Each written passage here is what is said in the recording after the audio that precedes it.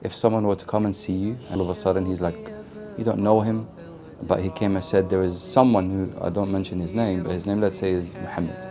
He's giving you that check of 1 million KD. Wouldn't you want to be like, who is that person? Like, why is he giving me that money? I want to know. Now you need to raise the question and ask yourself, if you know of Allah subhanahu wa ta'ala, and you know the greatness of Allah, and you know the mercy that Allah subhanahu wa ta'ala will share upon every single person, and you know about the names and attributes of Allah and the blessings, the countless blessings that Allah gave us, right? Would you not want to meet Allah?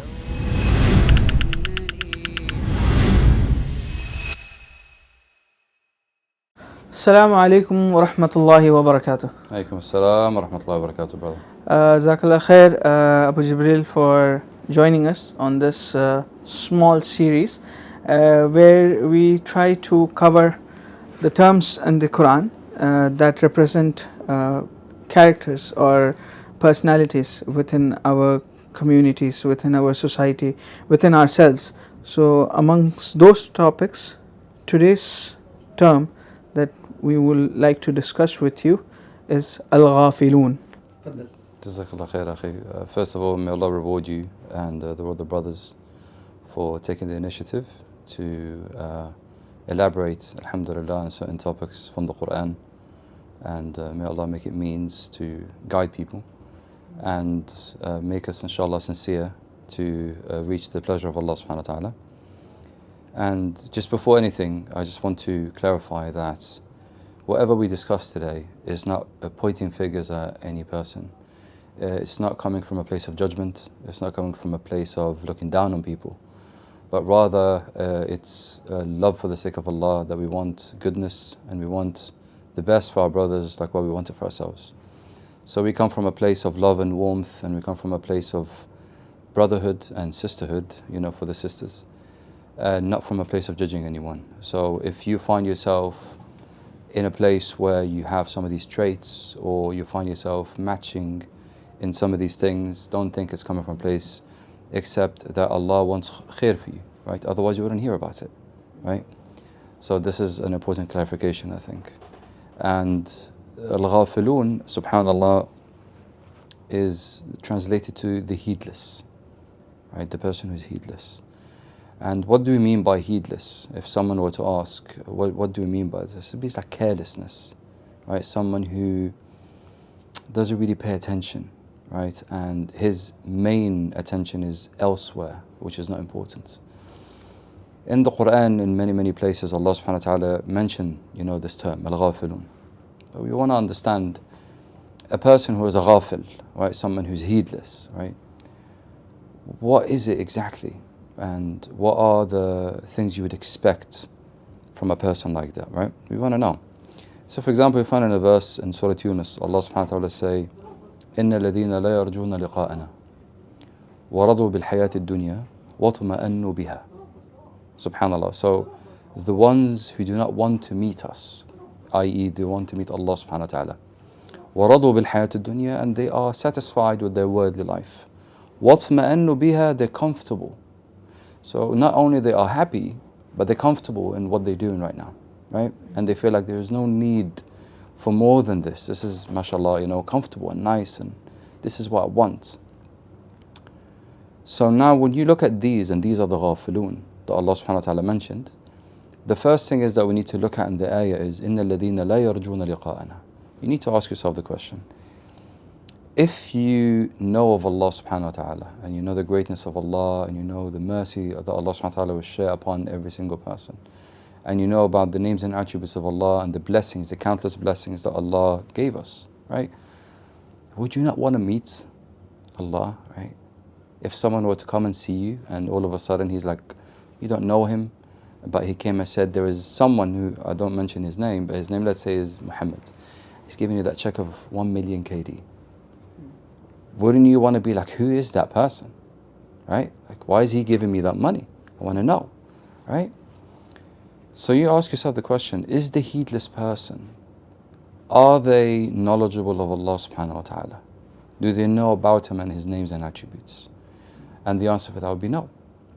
They don't know who they're worshipping. They don't know about Allah subhanahu wa ta'ala. طيب. Do they want to meet him? Of course not, right? Even though someone can profess and will come into you and say, of course, I want to meet Allah and everything. But Al-Hasan al-Basri rahimahullah said amazing words. He said, إن الإيمان ليس بالتحلي ولا بالتمني ولكن بما وقر في القلوب وصدقته الأعمال. He says, Iman is not about what you say, but it's about what's true in the heart and has been proved by your actions. So action speaks louder than words, right? So now, when we look at the term of Al-Ghafil, someone who is heedless, number one, he doesn't know much about Allah subhanahu wa ta'ala. And number two, he is very content with this dunya. So that person, that character, his entire day-to-day routine would be dunya focused. He wouldn't be focusing on anything to do with the akhirah. The one who's blessed is the one who's always worried about the akhirah. He always remembers Allah subhanahu wa ta'ala, he remembers why he's here, what's the purpose of life and where he's going. If this is not the character that we're talking about today, then what is it that he's interested in every day? And that would be the dunya. So they would have seen the blessings, the countless blessings of Allah every single day. They would see sometimes signs, subhanAllah, Allah sends signs to each and every one of us in a unique way. You would be thinking about something and you'd be making dua to something, and then Allah will show you something. There's countless signs that you can see. And you can see the magnitude of the beauty of the creation of Allah. But they wouldn't take it into consideration. That person would hear the Qur'an of Allah. He might be speaking Arabic, he might be fluent in Arabic and understand, some of the things being said. He might attend lectures, he might go to Jum'ah khutbah and hear the khutbah.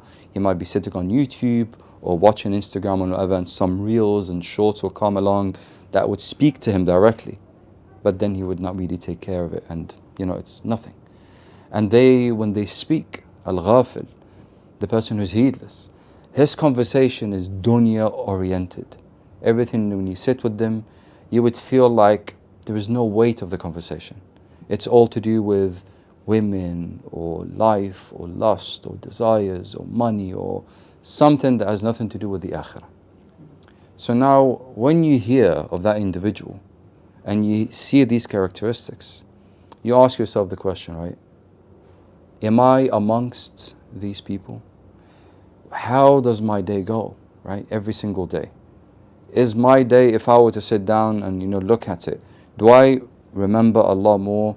Do I pray to Allah subhanahu wa ta'ala? Do I read Qur'an? Do I watch lectures? Do I study? Do I memorize? Do I learn something new? Do I sit with people who makes me better? People who reminds me of Allah, even if we don't speak about religion, right? Because look, we're Muslims, man. Alhamdulillah, 90% of the world is halal for us. We can do so much, right? You want to skateboard, you want to go swimming, you want to go to the gym, you want to buy nice cars, you want to eat nice food, all these things. You want to buy nice clothes, you can do all of that. It's halal. So nothing is stopping us. But does my portion of the day around the people around me here, are they making me a better Muslim, or it's just useless talk? That's something else you need to look at, right? So when we look at these characteristics, and then we look at the ayah of Surah Yunus, when Allah is saying, وَطُمَأَنُّ بِهَا, they've been comfortable.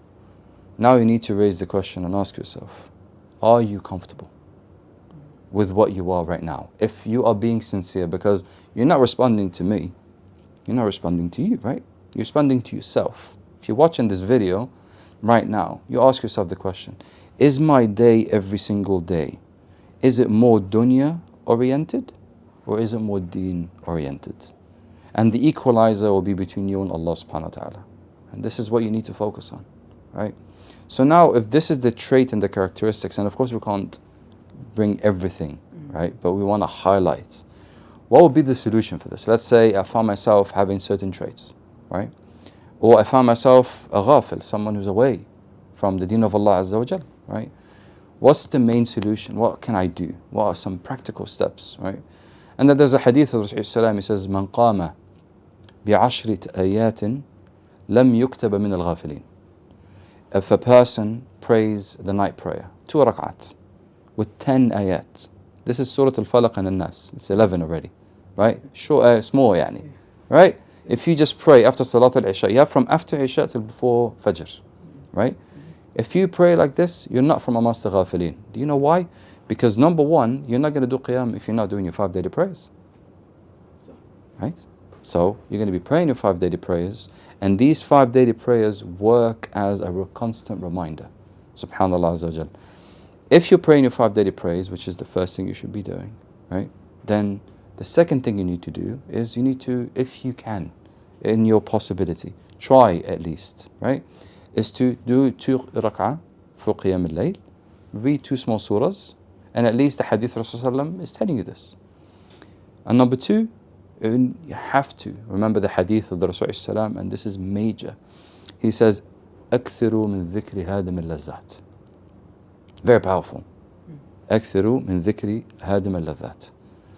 Subhanallah, which is death. Why is remembering death as a constant reminder something extremely important for the one who is heedless?